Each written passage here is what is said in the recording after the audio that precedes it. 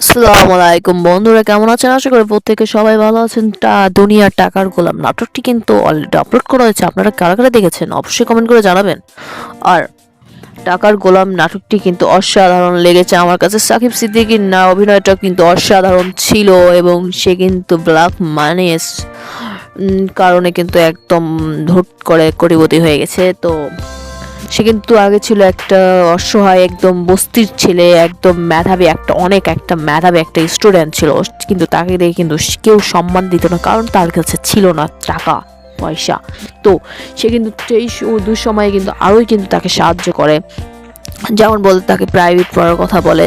যখন প্রাইভেট পড়ার কথা বলে তার বাবা কিন্তু বলে সে একটা বস্তির ছিল, ওর কাছে কেন প্রাইভেট পড়তে হবে, টিউশনি করার জন্য কি স্যার ম্যাম কি কম পড়েছে? সেই কথা শোনার পর কিন্তু সাকিবকে কিন্তু বলে দেয় তার আরোহীর মা, বলে যে বাবা কিছু করার নাই, ওর বাবা তো অন্য একটা টিচারকে ঠিক করেছে, তুমি কাল থেকে আসবে না। সেই কথা শুনে কিন্তু সে ওখান থেকে চলে যায় এবং আরোহীকে বলে আমি তোমার ওখানে পড়তে যাব। ও বলে ঠিক আছে। অনেক কিন্তু দেখা যায় সাকিবের যেই বাড়িতে ভাড়া থাকতাম, সেখানে তার সামর্থ্য ছিল না যে টাকা দিয়ে ভাড়া থাকবে, এবং কি স্কুলের ফিটাও দিতে পারে না, এমন অবস্থা তাদের। একবার সাকিবের হাঁস বেঁচেছিল, তার মা সেই 300 টাকা দিয়ে টেডি বেয়ার কিনে নিয়ে যাচ্ছিল, তখনই তাদের অপমান করে যে তার বন্ধুরা আরোর বন্ধুরা। তখনই কিন্তু সে বাড়ির পথে যাওয়ার সময় কিন্তু একটা লোককে দেখে যে একটা লোক গুলি করেছে গাড়িতে।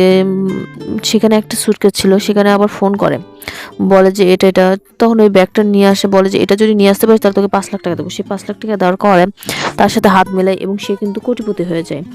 জাস্ট ওয়াও, যে সেসব কিন্তু আরোহী জানতো এবং কিন্তু তার অহংকার কিন্তু বেড়েই গিয়েছিল দিনের পর দিন। তো বন্ধুরা, আপনাদের কাছে কেমন লেগেছে? পরে কিন্তু সে কিন্তু তার ভালোবাসার কারণে কিন্তু আগের জায়গায় কিন্তু ফিরে এসেছে।